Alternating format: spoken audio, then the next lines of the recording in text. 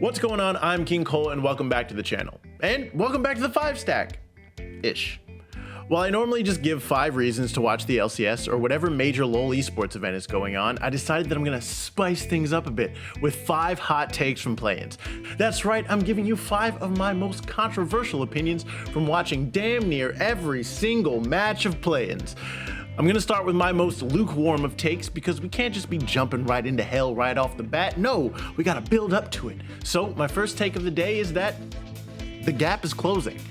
Many fans would say that the gap between Eastern and Western teams is as wide as the East is from the West, and that when it comes to major versus minor region, these poor souls just don't have a chance. And while OSEN and TCL both put up big goose eggs in this year's play-ins, other teams like the CBLOL's Loud and LJL's Detonation Focus Me surprised and impressed throughout the entire tournament. Now, I'm not saying that Loud or DFM are winning 2023 Worlds, but I am saying that within the next few years, we will see the smaller regions continue to surprise until eventually they don't. Arp is low, and Evie is the same. Another TP showing up. Yaharong's made his way in. DFM grab a second kill, and Evie still survives. Breathe tries to get away, but Steel's got him locked down, and Yaharong seals his fate. Unipon goes right back in. Xiaohu has to flash, and DFM just crushed RNG in a team fight. And that ties into my next take. Statement.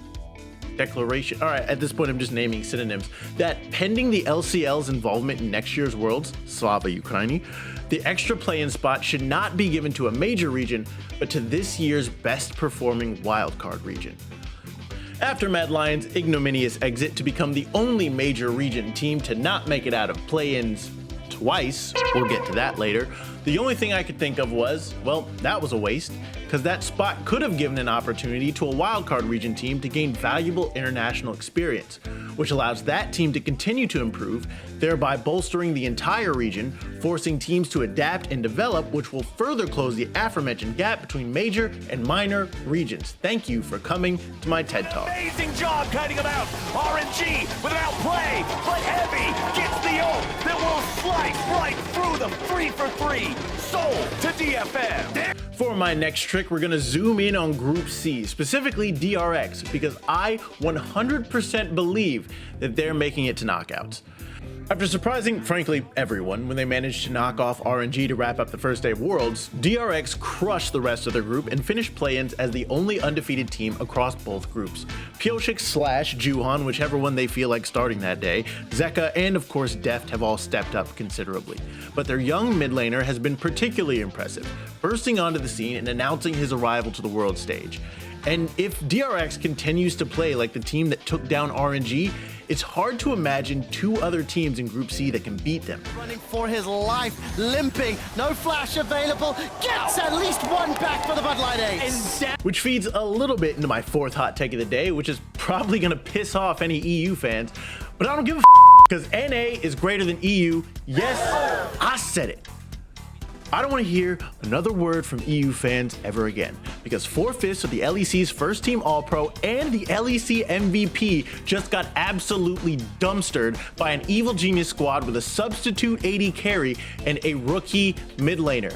And before you come at me with MSI 2019, EU has been throwing 2019 G2 in our faces for the last 3 years. It's over. Let it go. EU has routinely been eliminated at around the same time as every other NA team at international events, so it's time for y'all to get over it. Oh, and before you bring up 0-6 versus G2 at MSI, once again, all you have is G2, and they also got 3-0'd in semifinals, so shut the f up. Going for it. EG know that it's so close. They're saying, I am the fire, you are but smoke. Threading the win is EG with its fire charging on in. Carries on a rampage. EG looking to wipe the Lions off the rift, and they fights off their demons and takes down Mad Lions. And that ties into my final take of the day, which is NA will go farther than EU at Worlds. Call me crazy, call me high on copium, but as someone who watches a lot of LoL esports, just ask my girlfriend, it drives her insane. EU's best shot is Rogue, and they have to get through top esports, which I don't see happening. And the way DRX is playing, I don't think that Rogue will be able to hang. Since only the top 2 teams advance from each group, who's left? Are G2 getting past Damwon and JDG? With the rumors of the meta shifting towards carry junglers, I don't think Jankos will be able to hold off Canyon and Kanavi. And to be honest, I don't think Fnatic will be able to knock off Cloud9, let alone T1 and EDG. Yes, I'm aware, I'm putting all my eggs in the Cloud9 basket, and the unlikely chance that T1 or the defending world champ shit the bed. But that's why they're called hot takes and not slightly tepid takes.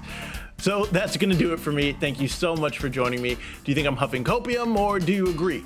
Let me know in the comments below. As always, remember to like and subscribe. Take it easy, be kind, and I'll see you next time.